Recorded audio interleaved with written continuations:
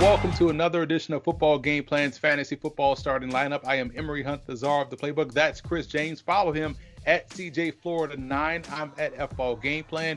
Chris, it's another week in the NFL. A lot of questions have been answered, but we still find ourselves with more questions.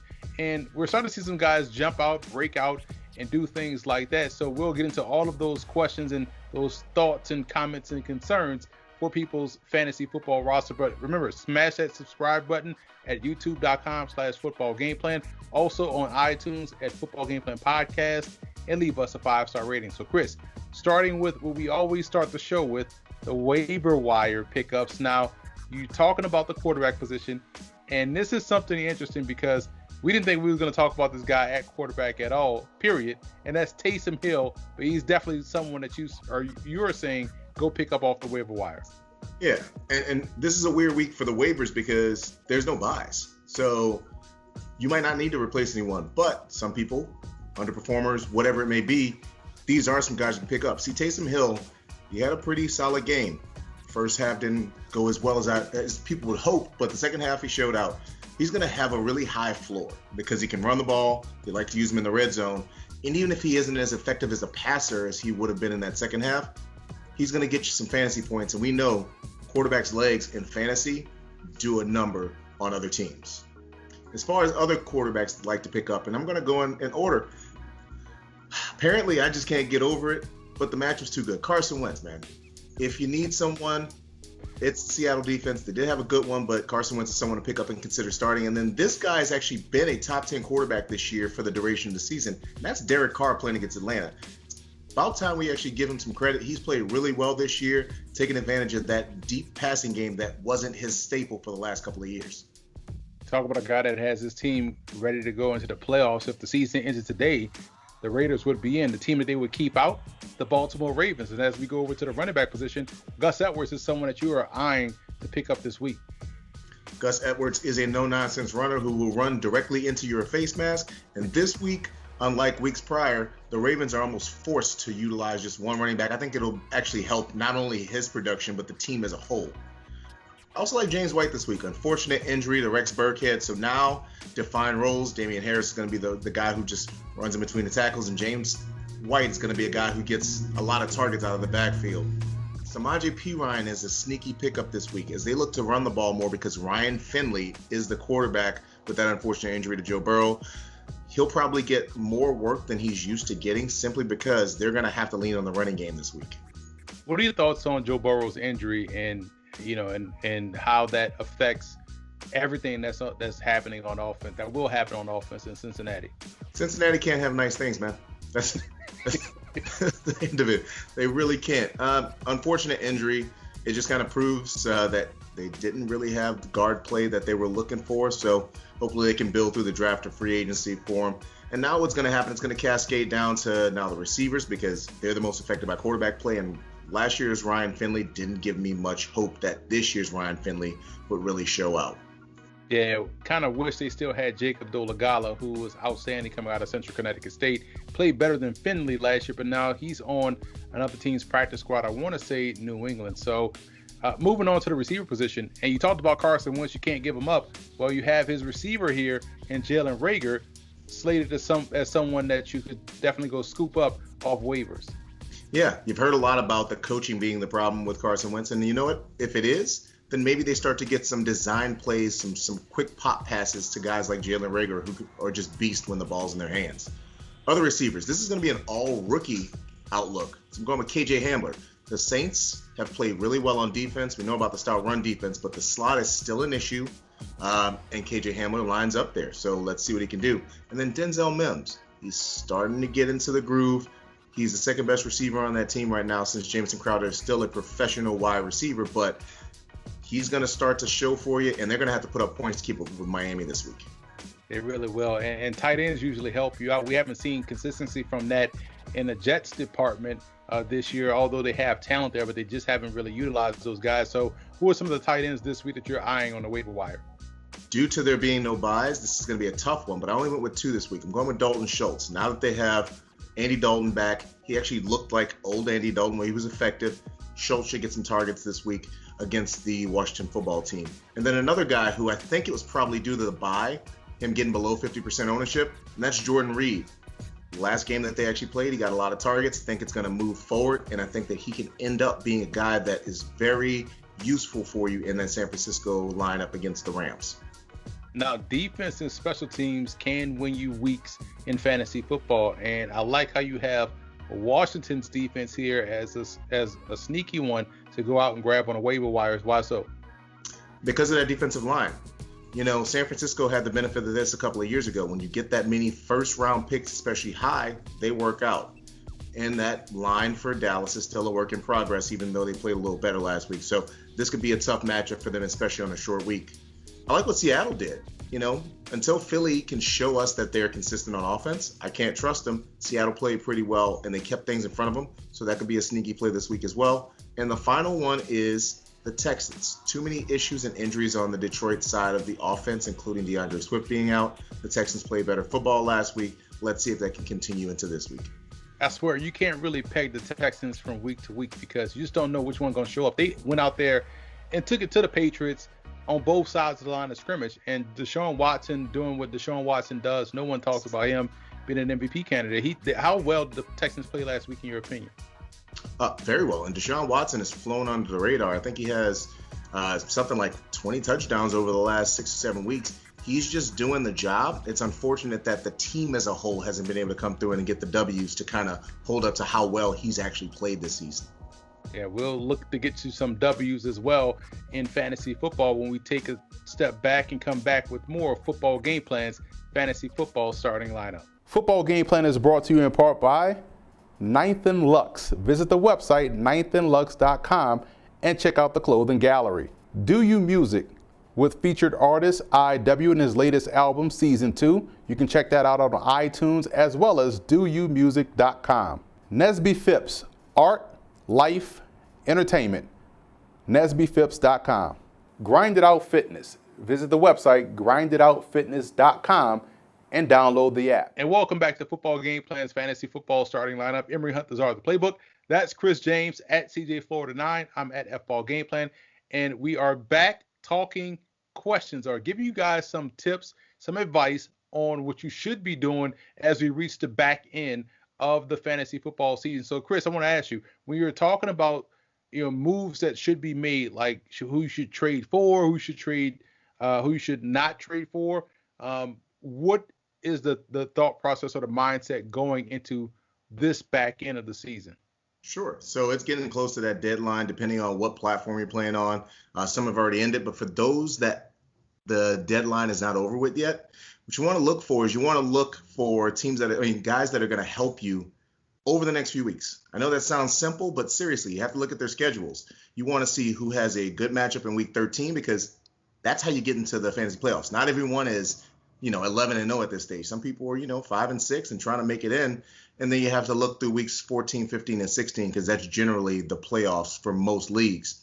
So guys that you want to trade for, I'm only going to do quarterback, running back, and receiver.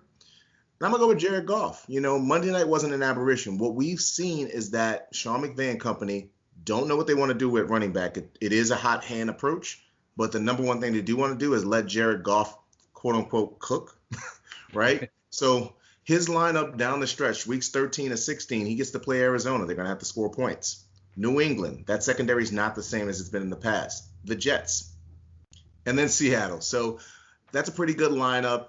No matter what, several of those offenses, he's going to have to score points, so they're going to have to put the ball in the air, and I think Jared Goff has finally gotten comfortable in his skin.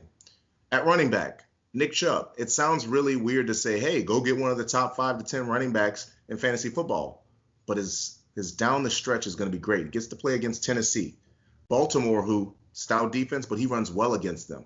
The Giants, and then the Jets. That's a great, especially in the divisional and then the championship round of your fantasy playoffs. And wide receiver, this guy has an excellent schedule, even though he has mediocre quarterback play, with all due respect. Allen Robinson, he gets to play against Detroit, Houston, Minnesota, and Jacksonville. You can't get much better as a wide receiver, no matter who's trying to throw you the ball.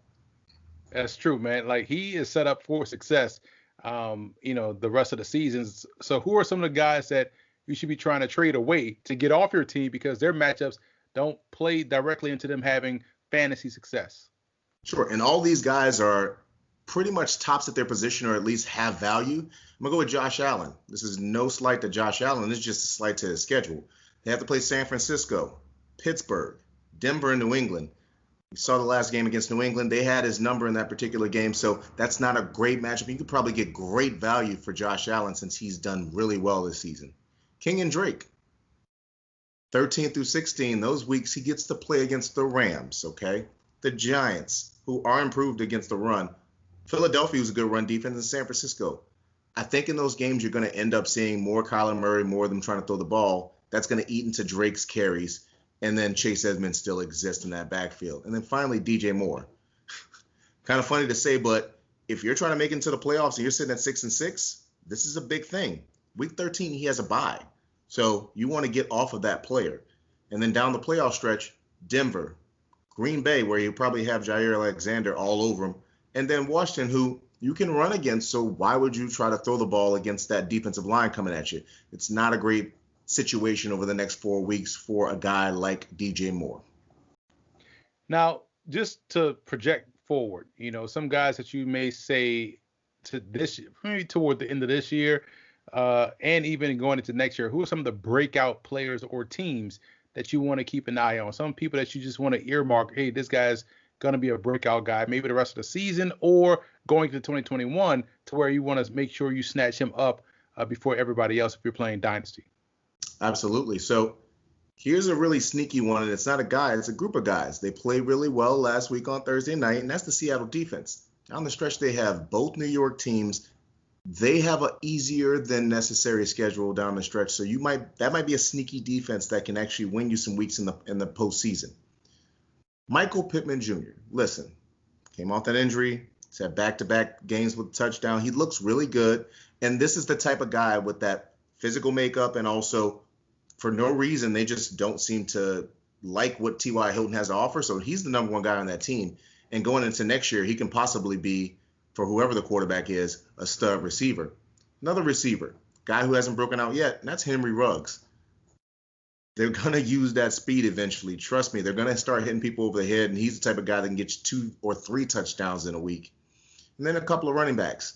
I've noticed that even though they haven't run the ball consistently with them, Cam Akers is a good, not maybe the end of this season, you want to watch that, but for next season. I think they really have intentions on him being the guy, even though I do like Darrell Henderson, but they seem to have intentions on him being the guy going forward. Down the stretch, Antonio Gibson, going down this stretch in 2020 and going into 2021, they seem to really want to use him as a bell cow, and he has a pretty favorable matchup down the stretch as well. And the final guy is someone who, I've playfully made fun of because he's a really nice guy. He's done nothing but been a professional while he's been in the NFL, but he does have his issues. That's Daniel Jones. Listen, they finally realized, hey, we can use Daniel Jones as a poor man's Lamar Jackson. No slight to him. He's a heck of an athlete and not a bad passer, so you might as well utilize him, get him out on the edge, and his schedule down the stretch is pretty favorable for a Giants team that looks to push for that division title.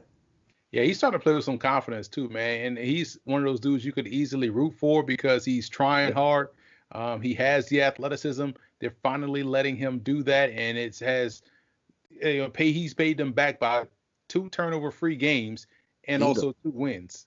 Absolutely. So, and then that right there can help you win. So that's some great advice from Chris. We're going to give you even more advice on the other side of this break as we be back with more Football Game Plans, Fantasy Football Starting Lineup. Well, the game of football has taught me so many things, man. Now, think about the huddle we have right now, right? I tell people this all the time. There's a reason why they call it a huddle. People have been huddling all their lives, trying to find ways to enhance each other's lives. The great teams do that all the time. The great teams do that. The better the huddle, the better the team. And so it's simple, man, how if you huddle for all the right reasons, we wouldn't have Ferguson. We wouldn't have some of the challenges that we have in our society. But as we all know, there's always a moment when somebody doesn't belong in the huddle. And yet we have to continue to move on. We got to continue to play. So the game of life, man, is always starting with a huddle. And for me, I'm lucky enough to know that, by the graces of God, man, it's been a nice huddle. It's been a nice huddle. And if I just keep making sure that he's in front of me, I'm gonna be all right. And welcome back to Football Game Plan's NFL All 32 show. Emory Hunt, the czar of the playbook, now joined by Chris James, our football analyst here at Football Game Plan, giving you some fantasy football advice, his starting lineup and his sitting lineup.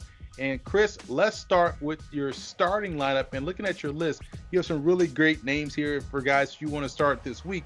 Let's start with Desean Watson and what he brings to the table and why he's such a must start this week versus Denver or Detroit. Absolutely. So outside of the bad matchups to start the year, Desean Watson has been doing the job going down the stretch. And no matter what, I mean, he had a run where he just ran over linebackers going to the end zone last week. This week he gets a Detroit defense that didn't fare well against backup at PJ Walker and the Carolina Panthers. So I think this week he really takes, again, that next step, probably puts up 3 to 4 touchdowns, because this will be a breakout type game for this Texans offense to just prove how good they really are. And you also have a defense on here that I really like. That's intriguing. That's been playing really good football all season. And that's the Giants defense. And you have them as a must start this week. Why? Outside of just the matchup, to your point, that defense has improved over this year, and it's getting much better week in and week out. But also the matchup. You have Ryan Finley, who, again, last time we saw Ryan Finley in extended action last season, could not get right, turn the ball over. So I think they're going to compress, put pressure on that run game, and it's either going to be no yards gained or there's going to be turnovers that'll be produced. So I think the Giants can have a big output this week against the Cincinnati Bengals. Yeah, they might even get in the end zone defensively against ineffective Ryan Finley. Now, Moving over to the sitting lineup and staying in the NFC East division, one that's still competitive, albeit everyone has 3 wins, but Miles Sanders for the Eagles you have as a must sit this week. Why so? So that Seattle defense, to the point I made earlier, it's improved. They're going to use the focal point as far as Miles Sanders being taken away. They're going to put it on Carson Wentz, because Carson Wentz this year just does not look right. He's been a turnover machine. That's where they're going to thrive and strive. And I think this is the type of game where Miles Sanders gets removed, a little more Boston Scott, because they'll probably be playing from behind as well. Now, as we look at some of your sleepers for this week, and these are guys that you're saying, hey, keep an eye out. If you have the ability to grab them, get them. If you have them on your roster, start them, because these are guys that are going to be, these superstars by the time this week is all said and done. So you look at Carrion Johnson with the Lions. This is one of your sleepers. Why so? So the news is DeAndre Swift should be out this week. If you're playing in, even some 12-team leagues, but 14 and 16-team leagues, Carrion Johnson could be a sneaky play this week, because I expect the game script to be a Carrion Johnson game script. I expect the Texans to be up. They utilize him more because he's a good pass protector, but also he can leak out of the backfield. And it's not like he forgot how to run the ball. He's just not as talented as a DeAndre Swift, but he is a better option in the passing game than an Adrian Peterson. So he can possibly get into the end zone this week based on the fact that they'll probably be playing from behind. Now, before I get you out of here, I have to ask you your prediction on Thanksgiving night, Baltimore, Pittsburgh. Who you got and why? Before this last game, I would have picked Pittsburgh. I think it would have been a good way for Baltimore to kind of fall down a chasm.